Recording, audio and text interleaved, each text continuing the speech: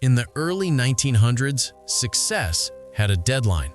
If you failed while you were young, society didn't give you a second chance.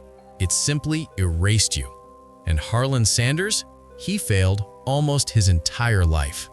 By the time he was 65 years old, he was broke, jobless, and living on a small government check.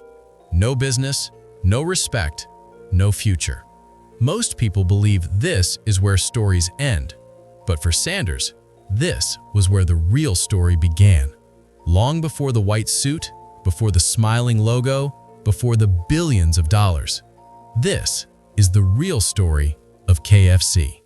Harland Sanders was born in 1890 in a small town in Indiana. When he was just a child, his father died. The family fell apart. And by the age of 10, Sanders wasn't playing outside. He was cooking meals for his mother and siblings because they needed food to survive. School didn't work out. He dropped out. He didn't have time for dreams. He had time for survival. As he grew older, he tried to build a life. He worked as a farmer, a railroad worker, a streetcar conductor, an insurance salesman, a gas station operator. He kept trying, but every time he failed. He lost jobs, lost money, lost hope.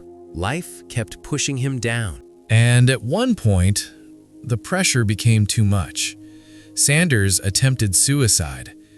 He survived, but that moment changed him. He didn't become stronger overnight.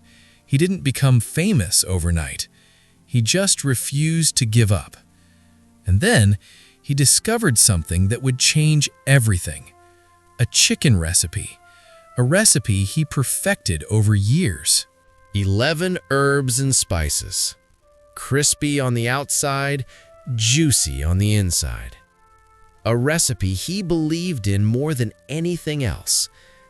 But still, he had no money, no restaurant, no investors, no business plan. Just a recipe. And the only thing he could do was keep going. So he did something that sounded insane. He packed his car and started driving across America. Not to sell a company, not to become famous, just to sell one idea. He walked into restaurant after restaurant and said the same thing every time. Try my chicken. If people like it, pay me a few cents for every piece you sell. No upfront money, no contracts, no guarantees, just faith. And the answer? No. Again, and again, and again. Some owners laughed at him. Some slammed doors in his face. Some told him to go home. He was rejected 1,009 times. Most people would quit after 10, some after 100. But Sanders didn't quit after 1,009, because on the 1,010th try, someone finally said yes. And everything changed. Customers loved the chicken. Sales jumped. Word spread. It wasn't just food anymore. It became an experience. People didn't just eat the chicken. They talked about it. They told friends. They brought family. And slowly, KFC was born. The man society had written off became the face of a global brand. But Sanders didn't become famous overnight.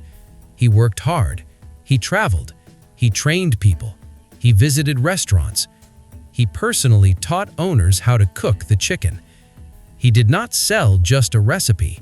He sold a promise of quality, a promise of taste. And the white suit? It wasn't a costume. It was a statement. I'm still here. I'm still alive. I'm still fighting. By the 1960s, KFC was everywhere. America, Europe, Asia. It became one of the most recognized brands in the world. But success came with a price. Sanders sold the company, and almost immediately, things started to go wrong. New owners cut corners, changed the recipe, focused on profit over quality. Sanders was furious. He publicly attacked his own brand, called the food garbage, said they ruined everything he built. For a moment, it looked like KFC would collapse. People started doubting. They started questioning the brand. But then, something rare happened. The company listened. They corrected their mistakes. They respected the recipe again. They evolved. They modernized their branding. They improved the quality. And they brought the soul back. KFC survived.